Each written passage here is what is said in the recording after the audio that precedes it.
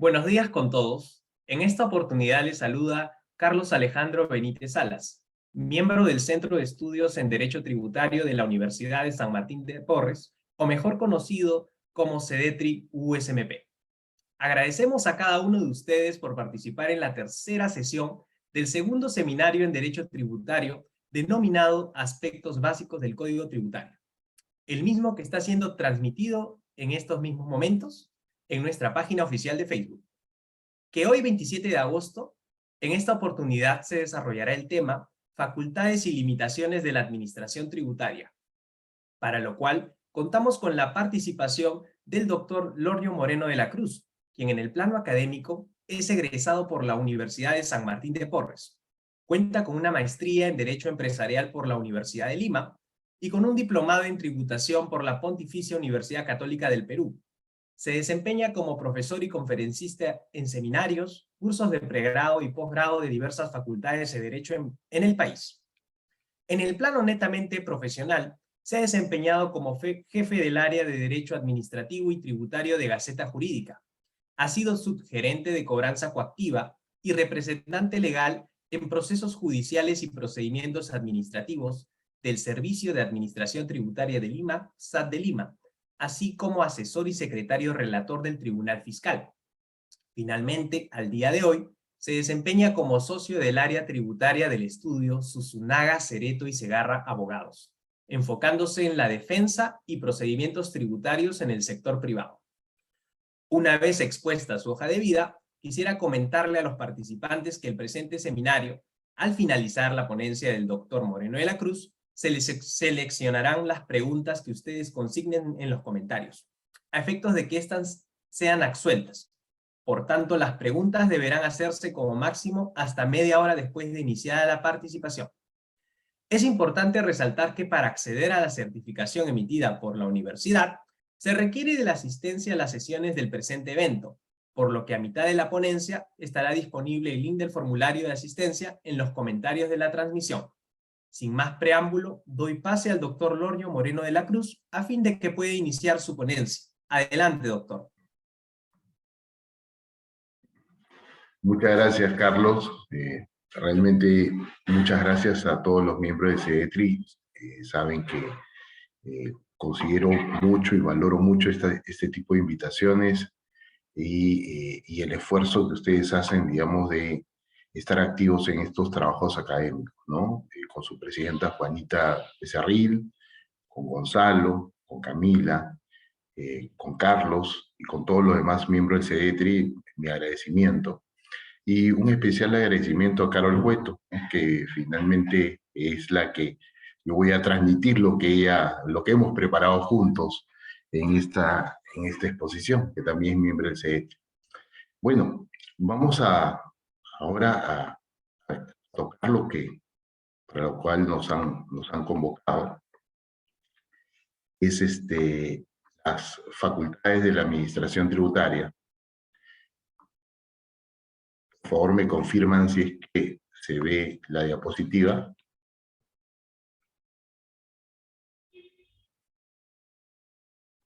Ok. Sí, doctor Lorrio, sí se puede ver. Gracias. Entonces, tenemos las facultades y limitaciones en la administración tributaria. Bueno, este es un tema que realmente a mí me apasiona, me gusta mucho, porque está involucrado a lo que hago todos los días, ¿no? Que es, si bien es cierto, nuestra especialidad es el derecho tributario, generamos ciertos expertices en esta especialidad, que precisamente es la defensa tributaria, ¿no? Entonces, estamos ante una situación de actuación de la administración, ante limitaciones de esta actuación, y eso es lo que voy a exponer en esta oportunidad, y después, digamos, una segunda parte que será para una próxima invitación de los miembros de CEDETRI es cuáles serían los mecanismos de defensa cuando finalmente la administración ejerce la facultad y se excede a las limitaciones que hoy día vamos a conocer. ¿Qué es la facultad? En primer lugar, vamos al término, digamos, al término propio de la palabra a través de lo que vendría a ser el diccionario de la Real Academia Española, que es el poder o derecho para hacer algo, ¿no?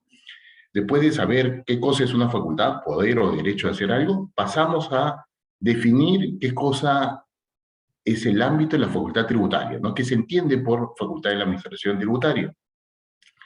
nos ceñimos, digamos, a las definiciones clásicas que recogen muchos autores, palabras más, palabras menos, estilos más, estilos menos, en lo cual nos dice que es el marco, que en el marco de las relaciones entre el Estado y los ciudadanos, se le brinda a la administración el poder jurídico de solicitar parte de las rentas generadas por las personas o patrimonio, en aras de cumplir con su función pública, y para dicho propósito se le otorga ciertas atribuciones excepcionales, ¿no?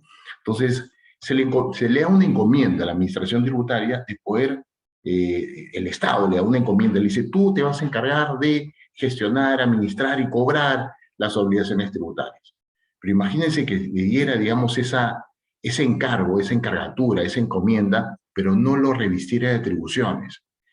Sería, digamos, muy difícil, digamos, que cumpla ese encargo, o en todo caso, podríamos decir, incluso imposible de cumplimiento. Entonces, tienen que revestirlo de ciertas atribuciones a la administración para que pueda cumplir el encargo que le da el Estado de gestionar, administrar y cobrar los tributos a cargo. Obviamente, ya ustedes saben que el tributo no es simplemente una exacción caprichosa que tiene el Estado, sino tiene un fin, ¿no? Y el fin es solventar las cargas públicas, ¿no? Solventar, digamos, la actividad estatal en provecho de los ciudadanos. Al menos ese es el concepto teórico del tributo, ¿no?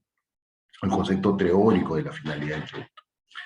Pero estas facultades que tiene la administración tributaria no son facultades que son irrestrictas, no son facultades que se tengan que ejercer de manera arbitraria, son facultades que tienen limitaciones o límites, y los límites los encontramos en la Constitución política, en los principios del derecho tributario, del derecho administrativo o en los principios generales del derecho.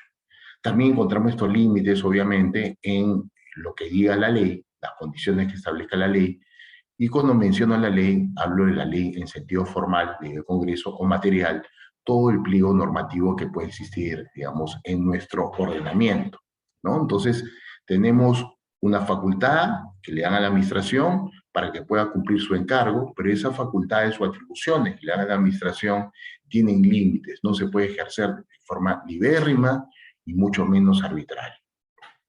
¿Cómo se ejercen estas facultades? Por regla general, la administración tributaria se rige por la facultad reglada. Esto es, yo tengo que hacer o puedo hacer lo que la ley me faculta. Sin embargo, también en materia tributaria, digamos, la administración tributaria tiene cierta facultad discrecional. Y algunos a veces confunden la facultad discrecional como la facultad de poder hacer lo que uno quiera. No, primero eso descártenlo totalmente de sus mentes. La facultad discrecional es simplemente, digamos, el otorgamiento de cierta libertad establecida por ley con un control específico sobre una actuación, digamos, que puede ejercer, digamos, la administración tributaria. Esto es, te confiero a ti la posibilidad de que tú puedas tener cierta libertad en una actuación, pero te controle esa libertad. Digamos, no es una cláusula abierta, no es un cheque en blanco, ¿no? Y necesariamente para que yo pueda decir que existe una facultad discrecional, necesariamente tiene que estar conferida en la ley. Si no, va a aplicar la regla general, que es la facultad reglada.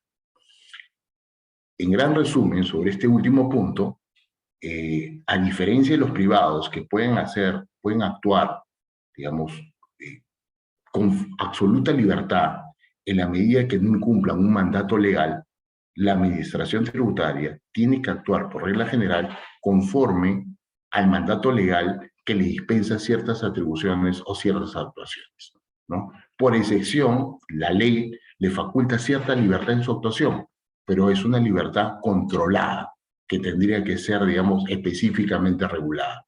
Si la ley otorga un cheque en blanco, también cuestionaríamos la constitucionalidad de ese mandato. ¿Cuáles son las facultades de la administración tributaria?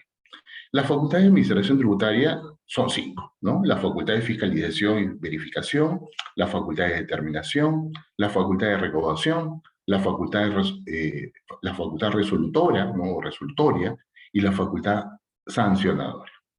Vamos a ver a continuación cuál es la definición, alcance y límites de cada una de estas facultades. Facultad de verificación y fiscalización. Muchos confunden que se trata, digamos, de una misma facultad, ¿no? Estableciendo que la verificación es el cimen de la fiscalización. Pero no es así, existen diferencias entre ambas. La verificación es la facultad que tiene la administración de poder verificar la obligación tributaria sin intervención del administrado. Esto es, va a constatar, digamos, la veracidad de los hechos a través de la información que posee la propia administración, que tiene en su alcance, sea porque el administrado lo ha proporcionado en algún momento, o sea porque finalmente la tiene en virtud de su, digamos, de su poder de verificación o interrelación con otras entidades públicas. La facultad de fiscalización es el poder mediante el cual la administración, con la intervención del administrado, inspecciona, investiga y controla el correcto cumplimiento de las obligaciones tributarias. Acá la facultad de fiscalización es una facultad mucho más activa y necesita o requiere la intervención del propio administrado. Es una, digamos, constatación de las obligaciones del administrado con, digamos, intervención propia de él para efecto de poder, digamos, lograr la identificación propia de las obligaciones tributarias, ¿no? Facultad de verificación, la administración verifica las obligaciones sin intervención del administrado en base a la información que ya posee. Fiscalización, cuando el administrado y la administración tienen una intervención conjunta para que a través, digamos, de un procedimiento arreglado puedan llegar a conocer el verdadero alcance de las obligaciones tributarias. ¿Cuál es el alcance de estas facultades? En primer lugar, se ejerce de forma discrecional. No quiere decir con este primer, digamos, alcance que se ejerce de forma discrecional en que puede libremente y sin ninguna norma o ninguna limitación la administración tributaria puede ejercer estas facultades, sino que la norma le faculta a la administración tributaria a determinar cuáles van a ser los sujetos que van a ser verificados o fiscalizados. Y esto es porque la norma es racional con la actividad o el trabajo de la administración. No se le puede exigir, digamos, a la administración completar el universo de contribuyentes a través de un ejercicio de facultad de verificación o fiscalización integral de todos los contribuyentes, digamos, que puede tener un Estado. Acá le otorga la facultad a la ley a que pueda identificar cuál es el grupo de contribuyentes que podrían ser objeto de verificación y fiscalización. Y esta facultad, digamos, de elegir a un determinado grupo de contribuyentes no vulnera el principio de igualdad, ¿no? Exigir la presentación y exhibición de la documentación contable y comercial, exigir la comparecencia de los deudores, practicar la inmovilización y incautación de documentos en caso de indicios de evasión, efectuar tomas de inventario, exigir copias de soporte de sistema de procedimientos electrónicos que se registren en operaciones vinculadas a obligaciones tributarias, ¿no? Entonces, acá vemos el alcance de esta facultad. Hemos puesto, digamos, algunos bullets, digamos, de estos alcances, a manera, digamos, de ejemplo. Hay otros más que ustedes pueden verificar en el Código Tributario, pero creo que son los principales. Pero todo, digamos, todo el desarrollo de esta facultad tiene límites. Y lo que vamos a hablar son límites que existen, límites explícitos en la norma, que precisamente determina el alcance de esta facultad, o hay límites, digamos, implícitos, debido a la aplicación de principios o de las normas constitucionales, ¿no? ¿Cuáles son los principios, digamos, los límites, mejor dicho, a esta facultad de verificación y fiscalización? En primer lugar, tenemos el ejercicio del debido procedimiento, ¿no? La facultad de verificación y fiscalización es una facultad normada, legalmente establecida. Y como está legalmente establecida, la administración tributaria tiene que observar el debido procedimiento administrativo, ¿no? Un ejemplo, digamos, de observar el debido procedimiento administrativo lo tenemos en esta resolución 6741-4 del 2020. ¿Qué ocurrió en este supuesto? La facultad de fiscalización, digamos, con intervención del contribuyente y colaboración del mismo, tiene un límite temporal, ¿no? Un límite temporal de 1 año, prorrogable a 1 año adicional si que finalmente la complejidad del asunto fiscalizado lo amerite, en la medida que la administración tributaria, 1 mes antes del vencimiento del plazo, comunique y justifique la prórroga de la fiscalización, ¿no? Entonces, hay un límite de tiempo para solicitar la colaboración del administrado en estas facultades de verificación y fiscalización. Vencido el año, sin haber una prórroga de por medio, la administración tributaria se encuentra limitada e impedida de solicitar información al contribuyente. Entonces, en este caso, de la 6741-4 del 2020, lo que ocurrió fue lo siguiente. Se inició una fiscalización, le solicitaron documentación al contribuyente, el contribuyente cumplió con entregar la documentación, corrió el plazo de un año, la administración tributaria no emitió o no notificó ninguna prórroga. Vencido el plazo del año, la administración tributaria comunica un nuevo requerimiento de información al contribuyente y el contribuyente dice, bueno, este requerimiento ya es ilegal porque venció el plazo y ya no me puedes pedir más información. Lo que dijo el Tribunal Fiscal en esta resolución, que el argumento del contribuyente era válido, que una vez vencido el plazo del año y al no existir una prórroga por parte de la administración, pues ya no tenía la obligación legal el contribuyente de colaborar con la administración en este procedimiento de fiscalización. Las consecuencias de este fallo es que la administración tributaria, que había iniciado la fiscalización, tenía que necesariamente emitir los valores, si hubiera motivo para emitirlos, con los resultados de los requerimientos ya cerrados y que habían sido ya notificados al contribuyente y absueltos por el contribuyente dentro del plazo del año. Si no había ninguna observación en esos resultados de requerimiento anteriormente notificados, pues evidentemente la resolución de determinación que se emita iba a ser una resolución de determinación sin observaciones, ¿no? Entonces, fíjese la observancia del procedimiento legal establecido. Tengo un límite temporal para iniciar una fiscalización y para culminarla, ¿no? Entonces, si no observa eso la administración, pues estaría vulnerando el procedimiento legal establecido y los contribuyentes legítimamente podrían reclamar el cumplimiento de la norma. Derecho a la intimidad. En cuanto al derecho a la intimidad, también es una limitación a esta facultad de fiscalización.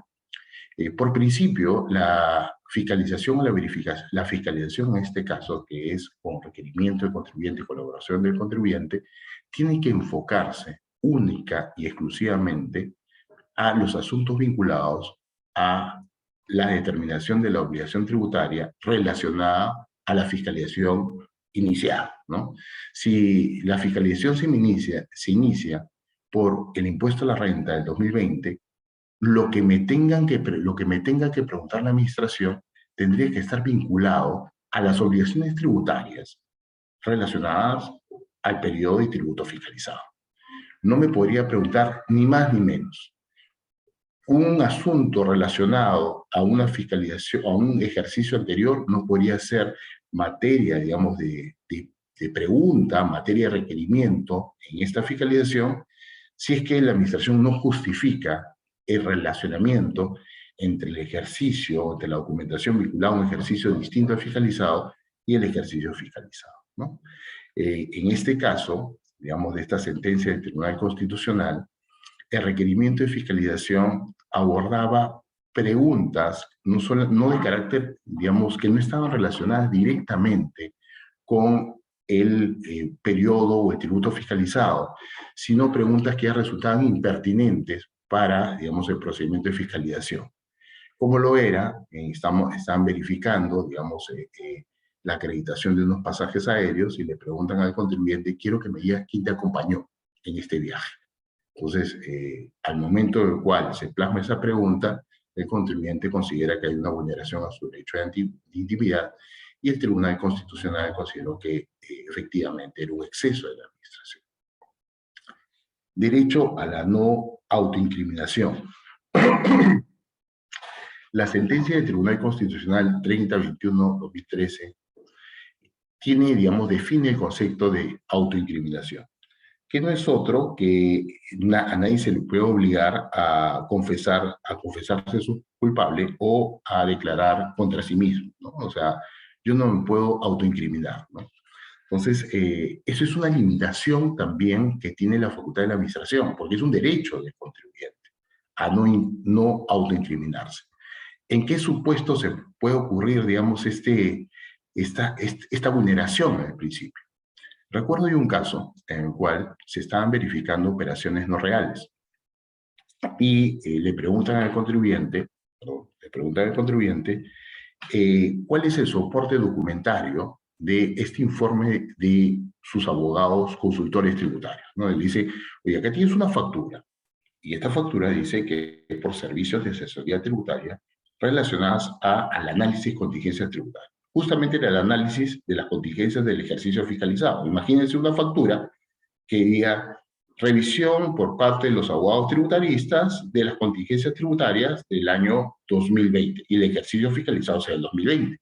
Decían, acredítame la realidad, digamos, de esta operación, de este gasto. Entonces, lo que hizo el contribuyente, presentó la primera carátula del informe, la primera carátula, el cual decía cuál era coincidía, digamos, la glosa de la factura con la carátula del informe, con la materia del informe, y le apuntó la última hoja del informe en donde figuraba la firma del abogado, ¿no? Que precisamente coincidía con el estudio de abogados que había presentado, digamos, en este caso era una auditora que había presentado, digamos, el informe, ¿no? La administración tributaria le dijo, no, no es suficiente, quiero que me des el informe. Entonces, imagínense qué contenía el informe. El informe contenía todas las posibles contingencias que podría tener la empresa, digamos, sobre sus decisiones en materia tributaria en el ejercicio fiscalizado. Entonces, un poco le decía, oye, todas las, digamos, las posiciones contingentes están en este informe y obviamente está la evaluación de la empresa auditora. El contribuyente dijo, no, tú no estás facultado para pedirme ese tipo de información porque lo que me estarías pidiendo es que yo te diga cuáles vendrían a ser las posibles contingencias que puedo tener y obviamente te doy el mapa para que me puedas fiscalizar. Más bien haz tu trabajo.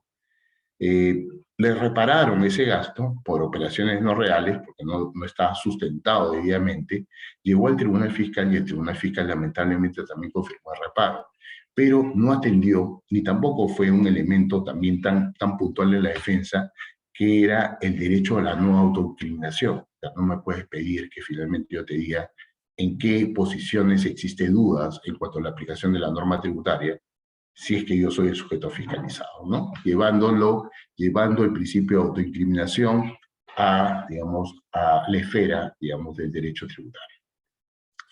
La reserva tributaria también es otra limitación a la facultad de fiscalización. Reserva tributaria, el secreto profesional, son otras limitaciones. No pueden recurrir a ustedes, abogados, contadores, la SUNAT, por el deber de colaboración, a decirle, oye, dime cómo, explícame o colabora conmigo y dime cuáles son las posiciones, digamos, que podrían ser contingentes que ha asumido la empresa, digamos, en el ejercicio 2020, seguimos con el 2020, que es el ejercicio que estoy fiscalizando en este momento. Existe el secreto profesional que finalmente va a haber, ustedes pueden oponerlo porque es una limitación a la facultad de la administración. No tendrían la obligación de hacerlo. No deben hacerlo, ¿no? La reserva tributaria también es otra limitación a la administración tributaria, que es, oye, toda información que finalmente está a tu alcance, tú tienes que guardar la reserva, no lo puedes divulgar, ¿no? Y ahí hay, digamos, algunas zonas grises que a veces aparecen y que finalmente se van disipando en la práctica, como por ejemplo, está facultada la administración a publicitar, digamos, a ciertos deudores, pero ¿cuál es el límite de información que debe mostrar al público sobre las deudas tributarias y la identificación de los propios deudores? Ahí estamos en ciertas zonas grises en cuanto a la reserva tributaria que finalmente se van discutiendo cada vez que ocurre un suceso de eso, ¿no? Y después, también otra limitación, ¿no? No puede solicitar información que la administración tributaria tiene en su poder. Hay un error pero si la administración tributaria ya tiene información en su poder, no te puede solicitar, digamos, la misma información que ya tiene ya en su alcance, ¿no? Entonces, recuerdo un caso de un requerimiento de fiscalización en el cual se estaba cuestionando el valor de los activos y obviamente se estaba cuestionando la depreciación deducible. Eso fue en el ejercicio 2016 regresa, digamos, la administración en el ejercicio 2018 y me pide exactamente la misma documentación vinculada al, digamos, al valor de acreditar el valor de los activos y obviamente para poder revisar la depreciación tributaria vinculada a esos activos. En el ejercicio 2016, que ha sido fiscalizado en su momento, no se exhibió, sino se proporcionó copias de toda la documentación vinculada a acreditación de valor de estos activos. En el año 2018, que regresan luego por la fiscalización del año 2018, se solicita exactamente la misma información. Pero lamentablemente la empresa, por problemas administrativos internos, que nunca uno está libre, la empresa ya no tenía esos documentos, no tenía ni siquiera las copias de los documentos. Pero sin embargo tenía el cargo de requerimiento en el cual le decía que había juntado a la administración toda la documentación vinculada en la fiscalización del 2016 a la acreditación del valor de los activos, ¿no? Que eran fiscalizados también este ejercicio vía depreciación. Con ese documento finalmente sirvió para que la administración verificara la documentación que obraba en el expediente de fiscalización en el 2016 para que sea validada, digamos, en la fiscalización del ejercicio 2018, bajo, digamos, al amparo de esta limitación. No puedes pedir algo que ya tú tienes, es más, algo que tú has evaluado y algo que además has confirmado, ¿no?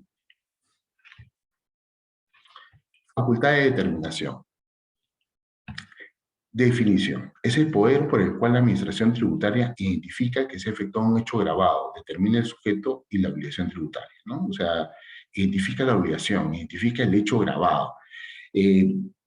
También te determina, o sea, te calcula cuál es la obligación y te la actualiza, ¿no? Puede determinar intereses moratorios, ¿no? Que es lo que ocurre en la práctica. ¿Cuál es el alcance? Puede determinar sobre base cierta, ¿no? Sobre los hechos ciertos de la generación de la obligación, puede determinar sobre base presunta, va a determinar sobre base presunta la obligación tributaria cuando desconfíe, digamos, de tu contabilidad, cuando desconfíe de tu información, y cuando va a desconfiar la administración de la información que le proporcionas, cuando existe, digamos, un hecho objetivo que le haga desconfiar de esa información. Por ejemplo, encuentra en la fiscalización una doble contabilidad. Encuentra comprobantes de pago no registrados. Entonces, hay un hecho objetivo que me lleva a desconfiar de aquello que tú dices que es los elementos generadores de obligación tributaria. Y ese hecho objetivo me permite tomar una presunción sobre qué es lo que debería haber sido tu obligación tributaria en determinado ejercicio o determinado periodo. El alcance también permite dar a conocer al contribuyente los resultados de su labor a través de una resolución de determinación y también puede determinar intereses moratorios, ¿no? Actualizar la ley. ¿Cuáles son los límites? Primero, determinar sobre base presunta por excepción. Digamos, la determinación, digamos, que debe priorizarse por parte de la administración tributaria es la determinación sobre base cierta. Solamente cuando existen elementos objetivos en los cuales se pueda desconfiar de los elementos que proporciona el contribuyente, de sus libros y registros contables, recién podría determinar la obligación tributaria sobre base presunta. Es una determinación que debe ser residual, obviamente sustentada a través de elementos objetivos, y en el cual, incluso bajo presupuestos establecidos expresamente en el Código Tributario, artículo 64 del Código Tributario, en el cual va a habilitar a la administración por desconfianza de la contabilidad y los elementos que pueda proporcionar el contribuyente a que calcule una obligación tributaria sobre base de una presunción, ¿no? También un límite es la determinación única, integral y definitiva, salvo excepciones previstas en el 108. La facultad de fiscalización tiene que concluir con la emisión de una resolución de determinación, resolución de multa o una orden de pago. La voluntad de la administración es una voluntad única y definitiva. ¿Esto qué quiere decir? Que la administración tiene que poner todos sus sentidos, toda su atención a esa labor fiscalizadora, porque lo que concluya es una decisión final irrevisable salvo causales específicas previstas en el código.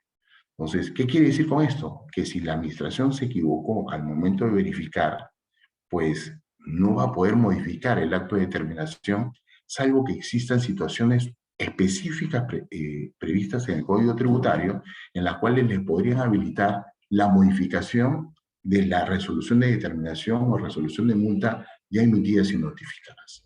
Entonces, su voluntad es única, definitiva y en una oportunidad, salvo excepciones muy puntuales. ¿Y cuáles son las excepciones muy puntuales? Aquellas previstas en el artículo 108 del Código Tributario. Entonces, ¿qué prevé el 108 del Código Tributario? Se podrá modificar la determinación ya definida por la administración, ya notificada por la administración, en la medida que existan actos posteriores que evidencien que la determinación realizada ha sido una determinación incorrecta, ¿no? Actos posteriores que recién tome conocimiento de la administración que evidencien que la determinación anterior no ha sido correcta. Y también cuando existan evidencias que entre el contribuyente y el administrado, entre el contribuyente y la administración, en este caso el fiscalizador, hubo un acto ilícito, es decir, se pusieron de acuerdo en hacer las cosas mal, ¿no? Es un acto doloso, que no solamente hay una determinación mal hecha, sino también un acto delictivo de por medio, ¿no? Esta resolución del Tribunal Fiscal, interesante por cierto, la que ponemos acá, la 1582-8 del 2020, lo que nos dice es, nos explica qué se debe entender por actos posteriores. Recuerden que por excepción, la administración podría modificar su determinación original en la medida que existan actos posteriores que evidencien que la determinación originalmente preparada y notificada estuvo mal hecha. Entonces, ¿qué se entiende por actos posteriores? El tribunal en esta ocasión, digamos, como no es poco habitual, entra por negación, a definir por negación. Identifica una situación muy habitual que finalmente niega y niega la posibilidad que esa situación puede llevarnos a una modificación de la determinación de la obligación tributaria. ¿Cuál es la situación que identifica el Tribunal Fiscal? Nos dice, digamos, palabras más, palabras menos, que no es causal para reabrir una determinación el hecho que la administración tributaria haya hecho mal su trabajo, ¿no? Entonces, lo que se pone en el supuesto dice, oye, pero si tú tenías todas las herramientas para poder pedirle todo al contribuyente, hacer una determinación integral de la obligación tributaria, tenías el tiempo de 1 año, podías prorrogarlo 2 años más, y tú no identificaste este supuesto que ahora tú crees que es importante y debes incluirlo en una determinación complementaria, pues todo me lleva a pensar que lo que has hecho, digamos, al inicio, en la primera fiscalización, has hecho un mal trabajo. Y si es un mal trabajo, eso no es una causal justificante para emitir una resolución de determinación complementaria. Esto es, puedas modificar la determinación original. Entonces, en pocas palabras, el Tribunal Fiscal le dice, no hay causal habilitante para emitir o complementar un valor original el hecho que la administración tributaria tenga un conocimiento nuevo hecho porque no hizo un trabajo adecuado al momento de fiscalizar la empresa en su momento en la primera fiscalización realizada, ¿no? Entonces, interesante ese criterio. Otro límite es la prescripción de la acción de determinación. No tengo, digamos, toda la vida, no tiene toda la vida la administración para finalmente fiscalizar, para determinar una obligación tributaria, ¿no? Entonces, no tiene todo el tiempo, tiene un plazo, ¿no? Y el plazo lo sabemos, ¿no? 4 años, cuando finalmente no hay una, hay una deuda, digamos, declarada, y 6 años es que finalmente no presenta una declaración. Pero no solamente ahí tiene, digamos, una limitación cuando la prescripción, digamos, al momento de terminar una obligación, sino también hay otra prescripción vinculada a la determinación, que es lo que hablamos hace un momento, ¿no? Tenemos una determinación original y después, por X circunstancias, conocemos hechos posteriores en el cual identifican que la determinación original no era la correcta, me permiten, digamos, conocer, digamos, que la determinación original no era correcta. Por ejemplo, que, digamos, cierre mi determinación original en base a la información que tenía, digamos, el contribuyente, en base a la información que le pudo requerir el contribuyente en ese momento, pero después venga, digamos, tome conocimiento por parte de la administración tributaria, digamos, estadounidense, de que este contribuyente tiene, digamos, colocaciones de dinero en el exterior, en Estados Unidos, que le rinda, digamos, un interés importante esa colocación de dinero. Y este contribuyente es un contribuyente domiciliado, en el cual tributa, digamos, por renta de fuente mundial, y se da cuenta que esa información la contrasta con lo declarado por el contribuyente, y se da cuenta que el contribuyente nunca lo declaró, y que no estaba dentro de sus posibilidades legales poder obtener esa información en ese momento, en el momento que realizó la fiscalización. Ahí estaríamos ante una nueva circunstancia, una nueva situación de imposible verificación por la parte de la administración en ese momento, y que le habilitaría a emitir una resolución complementaria, es decir, corregir la determinación anterior e incluir estas colocaciones, los intereses por estas colocaciones de dinero efectuadas en el exterior. Pero para hacer esa determinación complementaria también hay un plazo de prescripción. Y de acuerdo a la resolución 31218 de 2020, es el mismo plazo de prescripción que para la determinación original, es decir, 4 años a partir del vencimiento de la declaración jurada, ¿no?, del impuesto a la renta. Lo curioso de esta resolución es que dice, un momentito, cuando estamos ante estas situaciones de determinaciones complementarias, es decir, corrijo mi determinación anterior, para que emita el nuevo valor, el plazo de prescripción es 4 años, pero los actos interruptorios y de suspensión aplicables a la determinación original no se aplican a esta determinación complementaria. Entonces, ¿qué está diciendo el tribunal? Si la RD original fue notificada y fue impugnada y existe un procedimiento contencioso tributario por medio, ese procedimiento contencioso suspende la prescripción de la determinación original, pero no suspende la prescripción de la determinación complementaria. Sigue corriendo el plazo de 4 años, ¿no? Entonces, esta RTF también es interesante, les pido que ustedes la revisen, y que identifique un criterio, sí, además, les adelanto, reiterado del Tribunal Fiscal, que considera que la facultad de determinación complementaria que puede tener la administración ante situaciones muy puntuales previstas en el 108, tiene un plazo tiene un tratamiento de prescripción distinto a la determinación original, en la cual, si bien el plazo es el mismo, los actos interruptorios de suspensión de la determinación original no resultan oponibles a la determinación complementaria. Debido procedimiento. Bueno, también en el debido procedimiento tenemos la observancia de esta facultad de ser una observancia arreglada, ¿no? Acá, digamos, como ejemplo, ¿no?, de esta facultad de determinación es el requerimiento formal de los valores, ¿no? Los valores están, o resoluciones de determinación orden de pago, ¿no?, resoluciones de multa, digamos, la descripción de la validez de los valores está en los artículos 77 y 78 del Código Tributario, y si la administración no observa estos requisitos de validez, pues el valor se torna en nulo, ¿no? Un ejemplo de ello es la resolución que le estamos refiriendo, que es la 17210 del 2017. Facultad de recaudación. Cuando hablamos de facultad de recaudación, no estamos hablando solamente de la facultad que tiene la administración de recaudar, digamos, de manera, digamos, no compulsiva, ¿no?, de manera, digamos, a través de una gestión propia de administración, sin un requerimiento compulsivo, es decir, a través de convenios de bancos, es decir, cuando te incentiva voluntariamente que tú pagues, ¿no? Estamos hablando también de la facultad de recaudación compulsiva, es decir, los procedimientos de cobranza coactiva, ¿no? ¿Cómo definimos esta facultad de recaudación? Es el poder más importante que tiene la administración tributaria, por el cual realiza la cobranza de tributos, sanciones e intereses, facultad de autotutela ejecutiva, ¿no? Lo que se llama en el derecho administrativo a esta facultad es la facultad de autotutela ejecutiva. ¿Cuál es el alcance, no? Es contratar con los servicios de entidades del sistema financiero y bancario para recibir el pago de tributos, dictar medidas cautelares, exigir compulsivamente el cobro sin intervención de la autoridad judicial, solicitar la asistencia de otras entidades del Estado o de administraciones extranjeras para el cobro de la obligación tributaria, desarrollar herramientas informáticas para facilitar la recaudación. ¿Cuáles son los límites de esta facultad?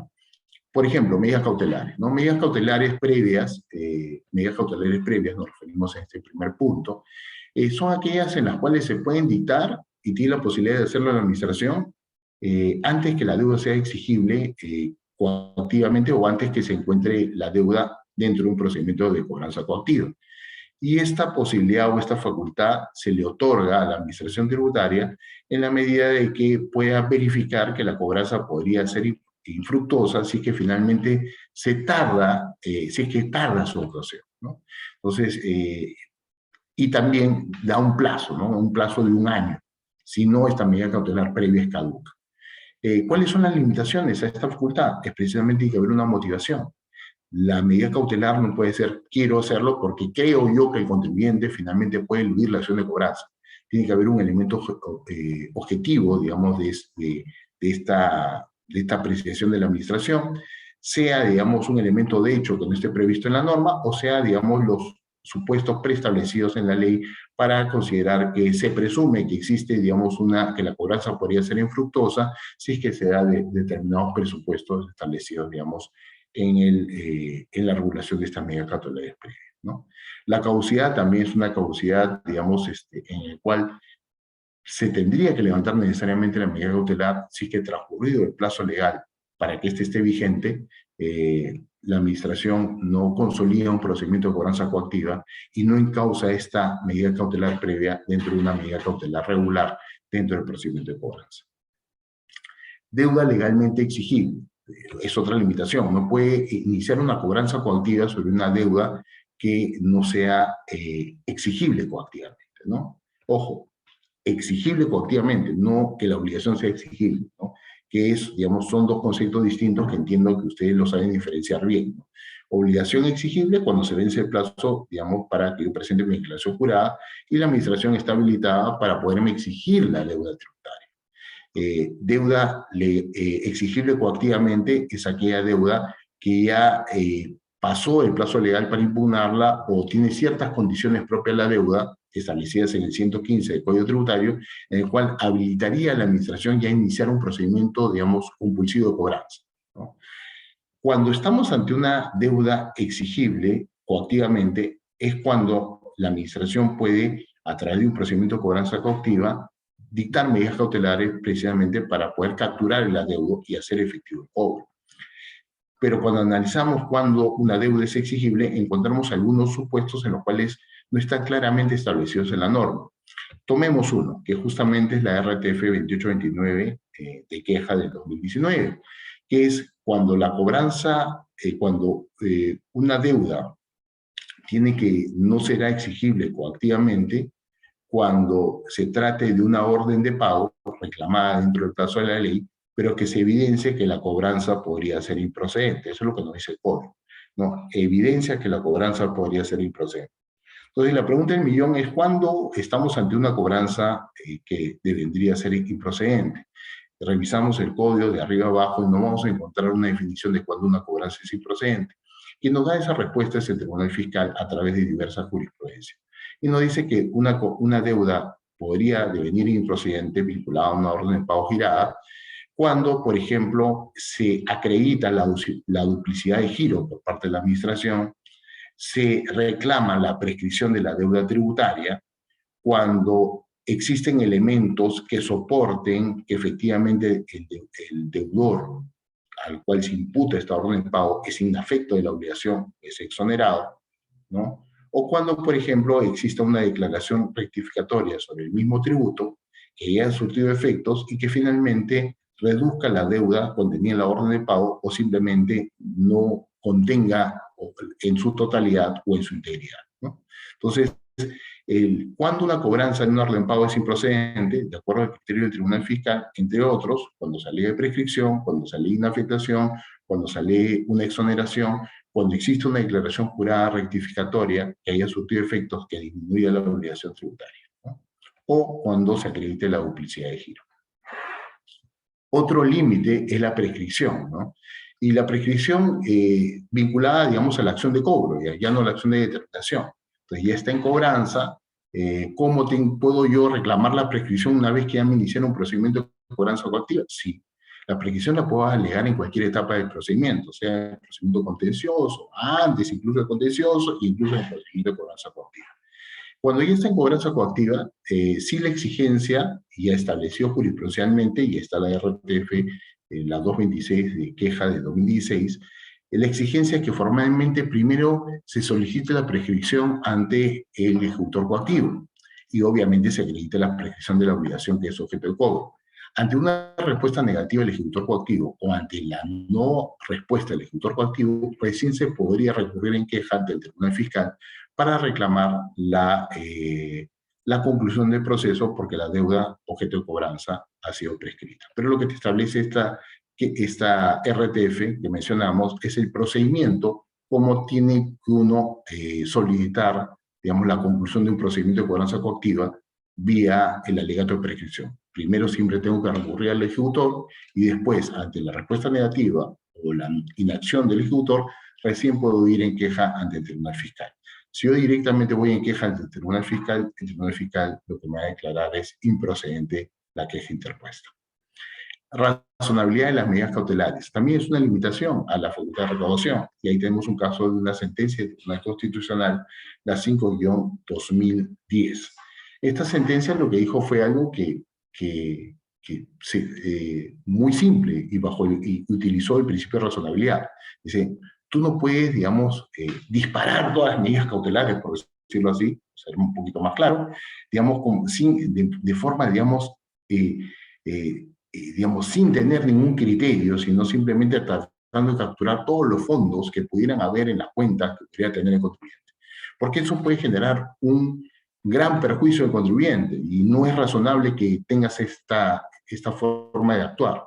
Y eso lo evidenció en un caso en el cual había un embargo, digamos, por decirles, de 1.000 soles, y lo que hizo el ejecutor coactivo de la administración es notificar el embargo de 1.000 soles a, digamos, siete entidades bancarias, de las cuales 5 reportaron que habían embargado los 1.000 soles, con lo cual ya no le habían embargado al contribuyente su deuda de 1.000 soles, sino le habían embargado 5.000 soles, o sea, 5 veces más lo que le daba la administración, precisamente porque habían, digamos, hecho un acto, digamos, no razonable, un ejercicio no razonable de su facultad.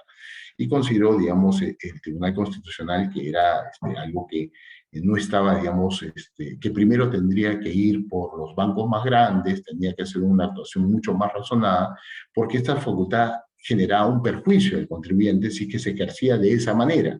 Y el perjuicio era evidente. Uno, porque te paralizaba casi 5 veces el importe, digamos, te distorsionaba, o te podía perjudicar en tu tráfico comercial, porque obviamente estamos hablando de que ya no solamente te paralizaba el monto embargado, sino mucho más. Y un tercer punto que no lo tocó el Tribunal Constitucional, pero yo les digo por la experiencia hace muchos años, como dijo Carlos hace un inicio, bueno, yo tengo más o menos 13 años en el sector privado, 12 años en el Tribunal Fiscal, y estuve un par de años de gerente de cobranza en el SAT. Estoy un poco viejo, es cierto, y en el cual me percaté una situación que hasta el día de hoy continúa, que es que cuando hacen estas medidas cautelares, el banco nunca pierde, porque es un trabajo que hace el banco, y le cobran una comisión al deudor tributario. Entonces, te cobra una comisión el banco. Entonces, imagínense, me cobran una comisión por el embargo que efectivamente debo, sí que efectivamente es una deuda exigible, pero me van a cobrar una comisión en 4 bancos adicionales por una deuda que no debo, ¿no? Entonces, hay un perjuicio también económico al contribuyente, digamos, un actuar de esa manera por parte, un actor de cobranza de esa manera por parte de la administración tributaria, ¿no?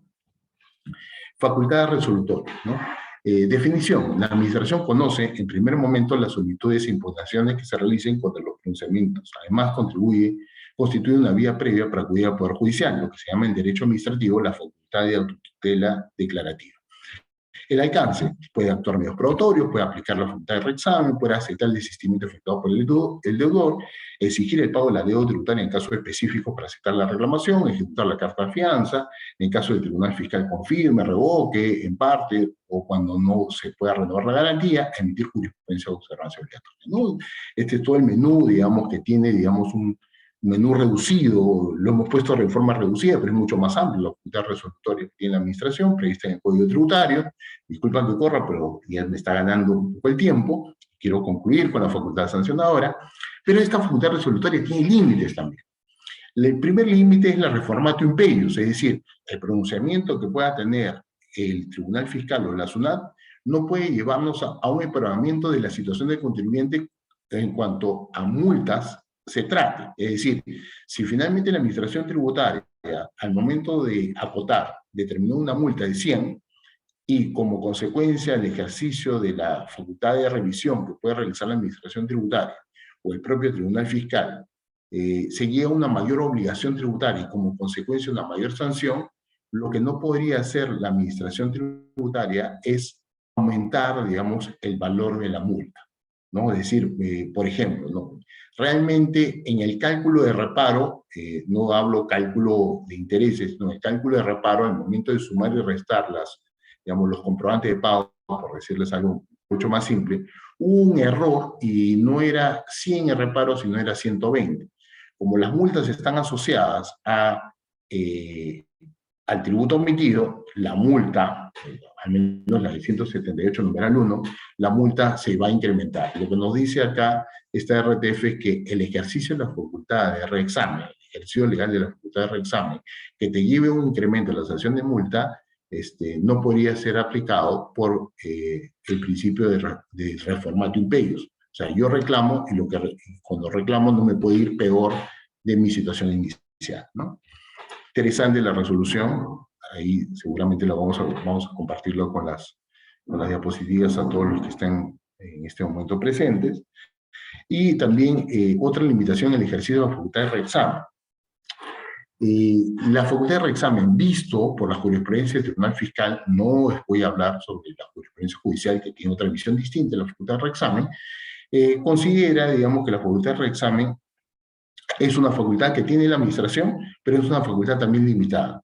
¿Qué es la facultad de reexamen? La posibilidad de reexaminar, poder ver nuevamente lo que se señaló en etapa de fiscalización, lo que valoró en etapa de fiscalización, eso es cuando resuelve la SUNAT, o también un reexamen a nivel del Tribunal Fiscal, puede revisar lo que hizo la SUNAT antes. Pero tiene limitaciones. ¿Las limitaciones cuáles son? Las limitaciones es que en vía facultad de reexamen no te puedo cambiar el fundamento de reparo. Si es otra la razón que yo encuentro para mantenerte la acotación, entonces eso quiere decir que la acotación originaria estaba mal formulada por los fundamentos que finalmente se expresaron originalmente. Esa posibilidad de cambiarte el fundamento no está prevista dentro de la facultad de reexamen. O sea, no puedes cambiar el fundamento. Entonces, si no puedes cambiar el fundamento, te tienes que quedar con lo original. Porque el reexaminar de acuerdo al Tribunal Fiscal no puede implicar un cambio de fundamento. Solamente puede, ¿qué es lo que implica un reexamen? Es reevaluar los medios probatorios, hacer un análisis, digamos, del cálculo propio, digamos, de la obligación, pero no puedo yo cambiar de fundamento. ¿Y qué pasa si es que cambio de fundamento? Si cambia de fundamento, o si considero que el fundamento original era errático, lo que ha pasado es que hiciste mal la acotación. Y si hiciste mal la acotación, lo que te toca es dejarla sin efecto. Para el Tribunal Fiscal, un fundamento errático te lleva a la revocatoria de reparo.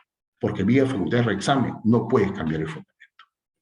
También importante esta resolución, que finalmente lo que recoge es un criterio reiterado del Tribunal Fiscal. Paso para resolver. También es una limitación. La administración tributaria SUNAT, como la administración tributaria pasiva, que es el Tribunal Fiscal, tiene un plazo para emitir sus resoluciones, ¿no?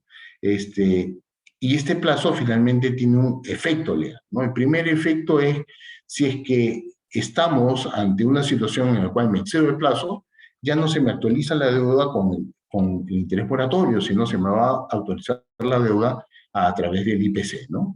Entonces, índice de precio del consumidor, ¿no? Es una actualización propia de la deuda, no un interés moratorio, que es una penalidad, ¿no? También tiene otro efecto del excederme el plazo de resolver. Se levanta la suspensión de la prescripción. Comienza a correr nuevamente. Recuerden que mientras esté impugnado, se suspende el cómputo de la prescripción de la acción de cobro, ¿no? Pero cuando estamos viendo acá, digamos, cuando excedemos, digamos, el plazo para resolver, de acuerdo a las nuevas disposiciones del Código Tributario, reincorporada ya hace unos años, por cierto, nuevamente se activa, digamos, el cómputo de la prescripción y se levanta, obviamente, la suspensión como consecuencia de eso, ¿no? Entonces, tiene efectos, digamos, el hecho de no de no resolver dentro del plazo, ¿no? Criterios vinculantes de SUNAT y Tribunal Fiscal. Tiene también un límite la facultad resolutoria, pero es un límite que lamentablemente ni la SUNAT ni el Tribunal Fiscal tienen claro cuál es ese límite. Nosotros estamos ante un sistema, y este sistema obedece, digamos, un orden jerárquico y un orden revisor. Nos puede gustar o no nos puede gustar lo que diga el Tribunal Constitucional, nos puede gustar o no nos puede gustar lo que diga la Corte Suprema, pero cuando la Corte Suprema y el Tribunal Constitucional establecen precedentes de observancia obligatoria, los órganos inferiores a nivel resolutivo tienen que obedecerlas, les gusta o no. Así uno piense que están equivocados, tienen que obedecerla. Es igual que el contribuyente. Puede uno pensar que está equivocado lo que es el Tribunal Fiscal, pero es una resolución que hay que acatarla. Y si uno no está de acuerdo, tendrá que impugnarla judicialmente. Ese es el orden, digamos, de nuestro sistema. Entonces, pero existen criterios vinculantes del Tribunal Constitucional y del Tribunal Fiscal que, por ejemplo, no hacen las administraciones tributarias, el propio Tribunal Fiscal no los observa, no obstante que es una limitación a su facultad resolutoria. Les doy dos ejemplos, o un ejemplo específicamente para pasar, digamos, a la facultad sancionadora. Un ejemplo es la sentencia de arbitrio de Surco y Miraflores. Es un precedente vinculante con fuerza de ley y que estableció criterios para que el Tribunal Fiscal, para que todos los entes de la administración puedan observarlos al momento de evaluar cómo se determinan los arbitrios municipales y cómo se configuran los arbitrios municipales por parte de los municipios. Pero, sin embargo, el Tribunal Fiscal, a través de una resolución de observancia obligatoria, lo que señaló es que ese criterio no podía aplicarlo porque estaba ejerciendo o ejercería el control difuso. Craso error conceptual, porque esas resoluciones ya dejan, al ser precedentes vinculantes por mandato expreso de la ley orgánica del Tribunal Constitucional, tienen fuerza de ley, o sea, se incorporaron al ordenamiento. No estaría ejerciendo ningún tipo de control difuso, ¿no? Además, bueno, hay un tema de qué se debe entender por control difuso como limitación a los tribunales administrativos, también es tema de otro conversatorio, pero estamos ante una limitación también clara de la facultad resolutoria. No me puedo apartar los precedentes que diga la Corte Suprema o el Tribunal Constitucional, así yo, Tribunal Fiscal, yo, Administración Tributaria, no me guste, o los considere técnicamente incorrectos. Facultad sancionadora. Definición. Es el poder que tiene la Administración Tributaria para imponer una sanción, para imponer sanción a las conductas infractoras cometidas por los deudores tributarios. ¿Cuál es el alcance? Determinar las infracciones de forma objetiva, sancionar administrativamente, aplicar la gradualidad de las sanciones, aplicar la facultad discrecional. Es decir, va a ser imposible que la administración pueda pueda, digamos, verificar todos los incumplimientos de todos los contribuyentes. Va a ser, digamos, una selección, digamos, va a ser selectiva, digamos, a aplicar las sanciones y eso no vulnera el principio de igualdad. ¿Cuáles son los límites? El límite es el principio de tipicidad. Aquello que no esté tipificado finalmente no constituye una conducta infractora, ¿no? O también podría ser el hecho de que yo considere erróneamente una tipicidad cuando no la hay, cuando el hecho infractor podría ser otro, ¿no? Un caso es esta resolución del Tribunal Fiscal en la cual el Tribunal Fiscal deja sin efecto, digamos, la sanción de multa porque lo multaron por no haber retenido, no haber efectuado las retenciones correspondientes a un sujeto no domiciliado. El tema está que se acreditó en los hechos de que no es que no había, no es que no efectuó perdón, por no efectuar las retenciones y el hecho, digamos, infractor es que en el caso concreto no hubo pago, no hubo ningún pago al no domiciliado, o sea, no llegó a tipificar, digamos, los hechos dentro de la conducta infractora. Principio de buena fe. Acá es la aplicación, digamos, esta resolución habla de la aplicación del 170 del Código Tributario. El 170 del Código Tributario consagra el principio de buena fe. ¿Por qué me dicen que consagra el principio de buena fe? El 170 del Código Tributario lo que dice es se limitarán los intereses y sanciones cuando, en dos circunstancias, cuando exista duplicidad de criterio, digamos, en cuanto a la interpretación de una norma por parte del Tribunal Fiscal o los órganos de administración, o cuando la norma sea poco clara o confusa, o sea, una norma oscura.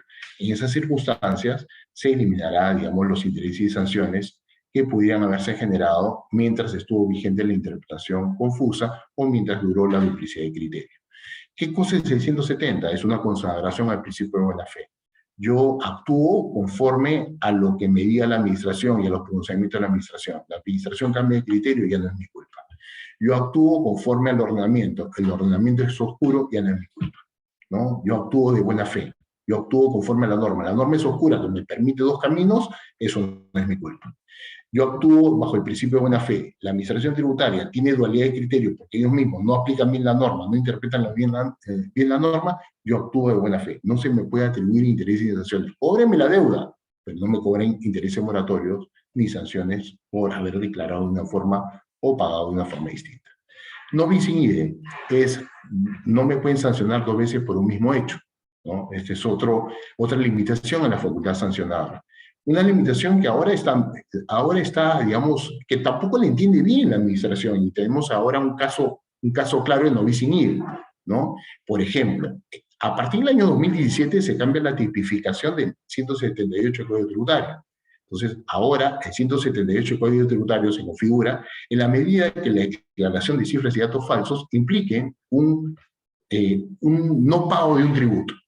Antes de esa modificatoria del 2017, la tipificación de cifras y datos falsos nos llevaba a, digamos, a una conducta infractora y sanción aplicable simplemente porque declaré mal y esto influyó al no pago del tributo o a declarar un mayor saldo que me correspondía, un saldo a favor o una pérdida, ¿no? Ahora, con la nueva tipificación, lo que me dice es, va a haber infracción por el 138 numeral 1 en la medida que exista un tributo impago, ¿no? Entonces, solamente ya, oye, pero si la declaración me llevó a un menor saldo, no importa. Pagarás el tributo cuando ese menor saldo incide en tu determinación y que finalmente te lleve a pagar un menor tributo en su momento, en otro ejercicio distinto. Porque ustedes saben que las pérdidas o saldos que disminuyen, digamos, que los aumento indebidamente y después se disminuyen por una acotación, si bien es cierto, no inciden en ese ejercicio, van a incidir en otros ejercicios posteriores, ¿no? Entonces cambia la tipificación. Entonces, ¿cómo se aplica el no bis in idem? Imagínense una acotación del año 2015. En el año 2015 me reducen el saldo a favor, o me reducen la pérdida en el año 2015, ¿no? Me reducen la pérdida por una acotación, viene el 2016, sigo arrastrando, digamos, ya en el año 2015 me reducen la pérdida, acepté mi reparo, pagué mi multa por pérdida indebidamente declarada, corrijo mi pérdida, la arrastro, digamos, vía declaraciones rectificatorias, la arrastro en el 2016, la arrastro en el 2017, la arrastro en el 2018 y en el 2018, como consecuencia de que he disminuido mi pérdida arrastrable debido al reparo del 2015, me aparece un tributo omitido en 2018. Entonces, lo que me dice, y que venga la administración, me dice, no, ahora tú tienes que pagar este tributo omitido, porque es la multa, pues precisamente acá te salió una multa porque dejaste pagar un tributo. Eliminaste la pérdida, apareció un tributo impago, y acá tienes que pagar tu multa. Oye, no bis in idem, la pagué en el año 2015. Es el mismo hecho que ha generado dos multas. Acá la pagué porque es la conducta infractora, pero en el año 2018 es el mismo hecho que me está generando una segunda multa. Esta segunda multa no deberías tomarla en cuenta.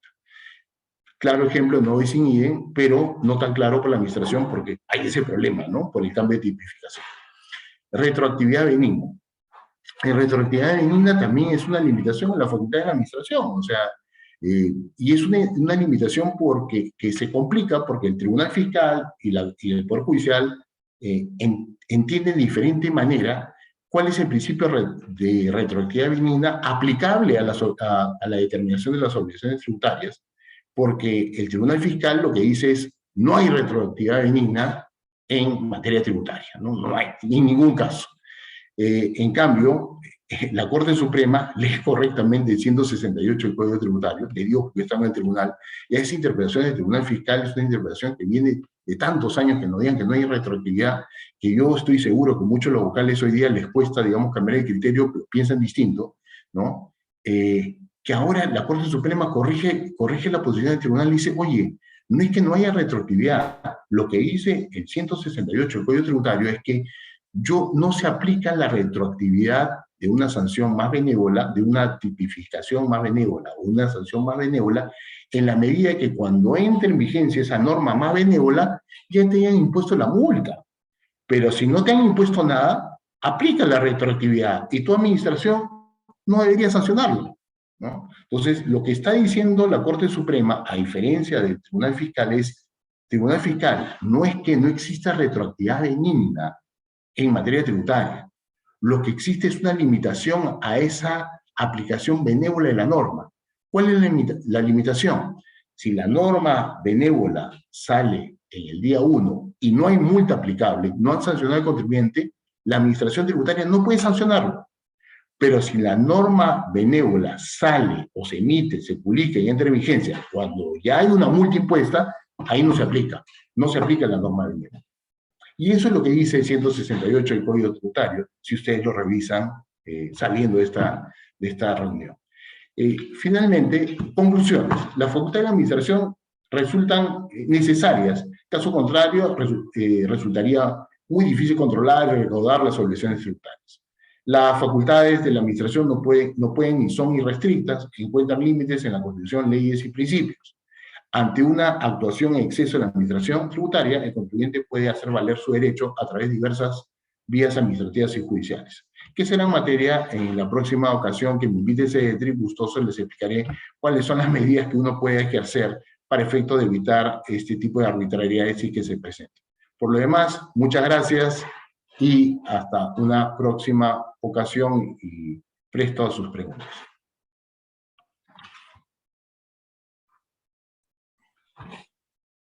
Muchas gracias por su excelsa ponencia, doctor Loryo Moreno de la Cruz.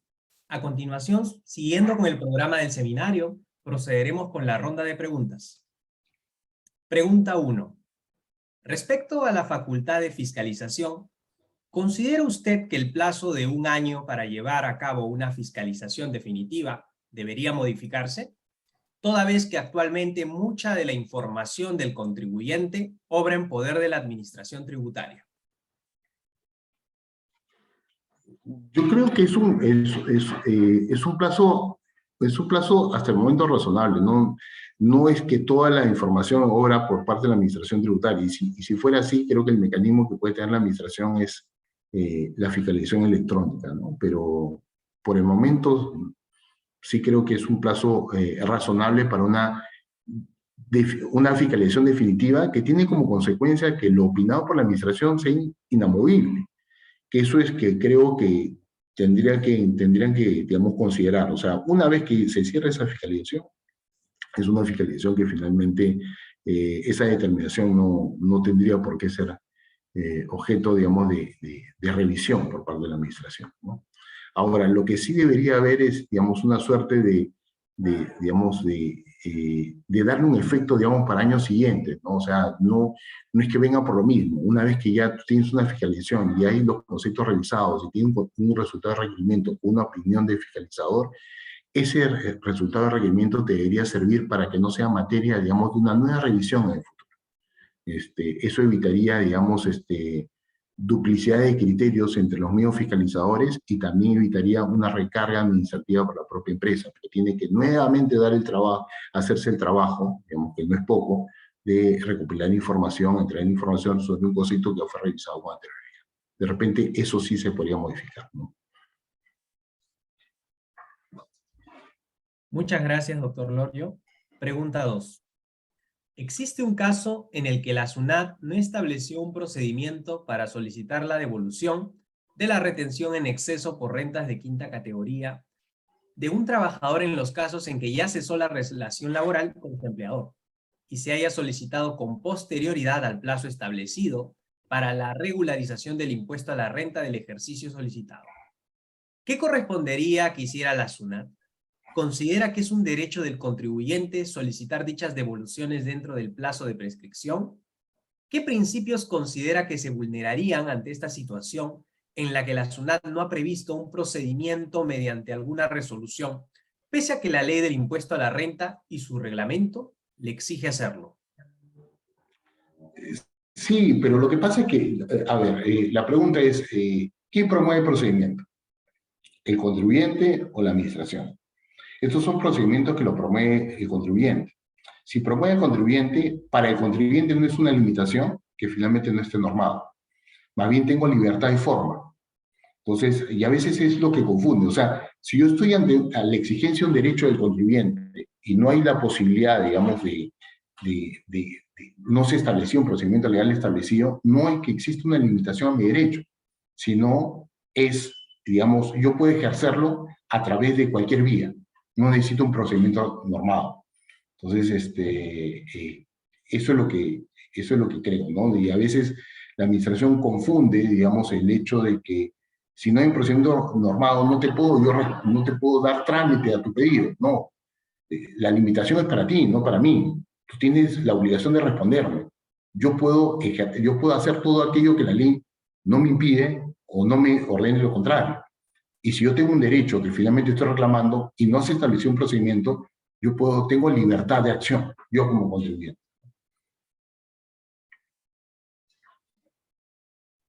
Muchas gracias, doctor. Pregunta 3. ¿Qué puedo hacer si dentro de un procedimiento de fiscalización me están solicitando información y o documentación personal y o familiar, la cual considero que no es pertinente para dilucidar el objeto de la fiscalización? ¿Hay algún recurso ante la administración tributaria o el tribunal fiscal a efectos de no entregar dicha información? Sí, claro, el recurso de queja, ¿no? Tú puedes, o sea, ¿qué te pueden pedir, digamos, vía un requerimiento de fiscalización?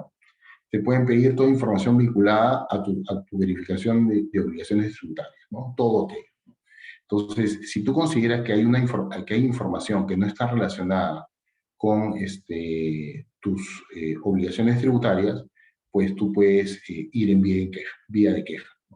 Ahora, sí, yo recomiendo ya un tema práctico, ¿no? Ya en la práctica es que eleve, digamos, el tema al gerente o eleve al supervisor. Por ejemplo, ¿no? En un caso de una fiscalización que teníamos en una empresa, me pidieron, digamos, cuál era la estrategia comercial de la empresa. La verdad que uno es que la estrategia comercial no tiene ninguna vinculación, al menos para mí, y no lo explicaban en el requerimiento para que me la exijan, ¿no? Aparte, es algo peligroso porque hay reserva tributaria, pero hay reserva tributaria vinculada a la información relacionada, digamos, a tus obligaciones tributarias, ¿no? Entonces, no hay reserva tributaria sobre algo que no tiene vinculación. Entonces, tenemos ahí un tema, oye, si yo le entrego una información que no tiene relación, digamos, con la materia tributaria, con la materia fiscalizada, la administración igual tiene que guardar reserva, o la reserva tributaria está relacionada precisamente a lo que la administración puede tener acceso en vía de sus facultades legales. Entonces, ahí un tema a dilucidar, ¿no? El otro tema es, oye, ¿estoy obligado a hacerlo? Que es lo que me pregunta. No.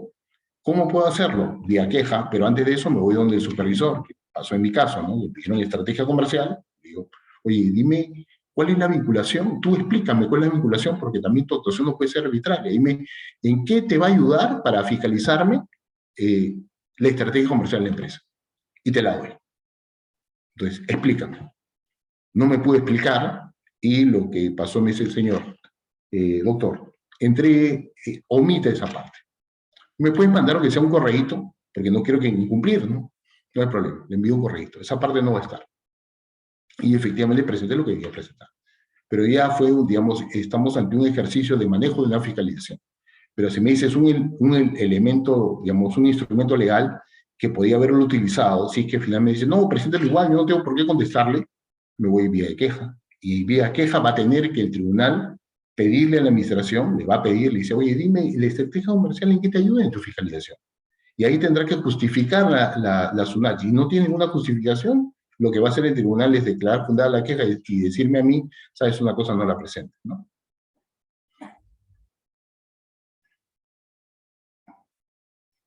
Muchas gracias, doctor Lorio. Pregunta 4.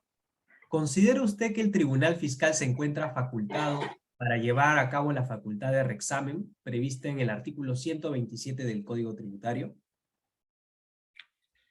Sí, bueno, la pregunta ya tiene la respuesta. Si está dentro del 127 y uno revisa su código, está dentro de lo que vendría a ser las disposiciones generales para todas las administraciones. Y entendemos que en el Tribunal Fiscal hay dos tipos de administraciones: la administración activa, que es aquella que tiene la gestión propia del tributo, y las administraciones pasivas, que tienen las facultades resolutorias, ¿no? Hablando en teoría, ¿no? Digamos de teoría técnica. Entonces, sí, definitivamente, o sea, tiene la facultad de reexamen en el Tribunal Fiscal. Y es muy curioso, y aprovecho la pregunta, el Tribunal Fiscal siempre emite pronunciamientos en cuanto al alcance de la facultad de reexamen de la Administración Tributaria en base, digamos, al artículo 127 del Código Tributario. Y acabamos de decir que ese 127 también es, digamos, el habilitante legal para el Tribunal Fiscal para que pueda reexaminar, ¿de acuerdo? Si el Tribunal Fiscal ya entendió o ya interpretó cuál es el alcance del 127, y dentro de esa interpretación me dicen que no estamos dentro de la facultad de reexamen cuando se cambie el fundamento de la acotación o el fundamento de reparo, esa misma interpretación tiene que aplicarle el Tribunal Fiscal cuando ellos aplican la facultad de reexamen. Entonces, el Tribunal Fiscal tampoco puede cambiar el fundamento de reparo. Las limitaciones que encontró con la administración son las mismas limitaciones que debe encontrar el tribunal, porque el amparo legal para que tenga facultad de reexamen el Tribunal Fiscal, que sí creo que la tiene, es el 127, que precisamente es una disposición de carácter general que aplica a todas las administraciones, tanto activas, que son las administraciones de gestión de tributo, como pasivas resolutorias, que es el Tribunal Fiscal. Doctor Loryo, como última pregunta, pregunta 5. Si dentro del procedimiento de fiscalización, a través de un escrito, el contribuyente acepta determinado reparo a imputar por la administración tributaria, ¿puedo impugnarla en vía de la reclamación ese concepto primigeniamente aceptado? Lo que pasa es que la manifestación formal de una aceptación en un procedimiento de fiscalización es a través de una declaración jurada rectificatoria. Entonces, si finalmente yo presento un escrito y digo acepto y no presento mi declaración jurada rectificatoria, lo que tienen que hacer formalmente la administración para que ese reparo viva es incorporarlo dentro de la acotación. Entonces, y lo que va a pasar es que al incorporarlo dentro de la acotación voy a poder impugnar. Distinto es el caso que un procedimiento de fiscalización yo acepte reparo a través de el elemento formal propio. ¿Cuál es el elemento formal propio? Una declaración jurada rectificatoria. Si eso ocurre, sí, ya el contribuyente ya no podría impugnar ese reparo aceptado vía una declaración rectificatoria a nivel de un contencioso administrativo, ¿no? No solamente, digamos, porque existe una RTF de observancia obligatoria, porque la hay sobre ese tópico específico, sino también porque yo considero que esa RTF es asertiva, es técnicamente correcta, ¿no? O sea, y esto también por el principio de buena fe. O sea, yo no puedo decir acepto y luego impugno, o sea, eso no, o sea, ¿y por qué acepto? ¿Por qué aceptaría contribuir? No, acepté simplemente para acogerme a régimen de gradualidad y bajar mi multa, pero después quiero discutirla. No, o sea, el acogimiento al régimen de gradualidad, la presentación de declaraciones juradas rectificatorias, que es una manifestación de voluntad del contribuyente, se sustentan precisamente en el principio de buena fe. Y uno puede decir, presento pero me arrepiento, presento e impugno. No es, sería algo que va contra el sistema.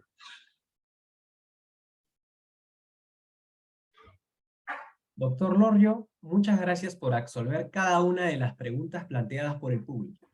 Habiendo así culminado con la ronda de preguntas, le agradecemos por su excelente ponencia y como siempre esperamos seguir contando con su participación dentro de nuestros próximos eventos académicos. Del mismo modo, como es de rigor, le solicitamos que se quede unos momentos a efectos de tomar la foto respectiva. Muchas gracias, Carlos. Como siempre es un gusto estar con ustedes. Y nada, Muchas hasta gracias. una próxima ocasión, como siempre. Siempre van a contar con mi apoyo. Finalmente, ustedes participantes, los invitamos a seguirnos a través de nuestras redes sociales. Nos encuentran como CDTribuSMP en LinkedIn, Facebook, Instagram, Twitter y YouTube. Cabe indicar que en los siguientes días podrán encontrar las 4 fechas de este seminario completo, si es que por alguna razón se han perdido alguna de estas magníficas ponencias. En ese sentido, simplemente nos queda agradecerles por haber asistido a la tercera fecha de nuestro segundo seminario de Derecho Tributario, esperándolos en la siguiente y última fecha.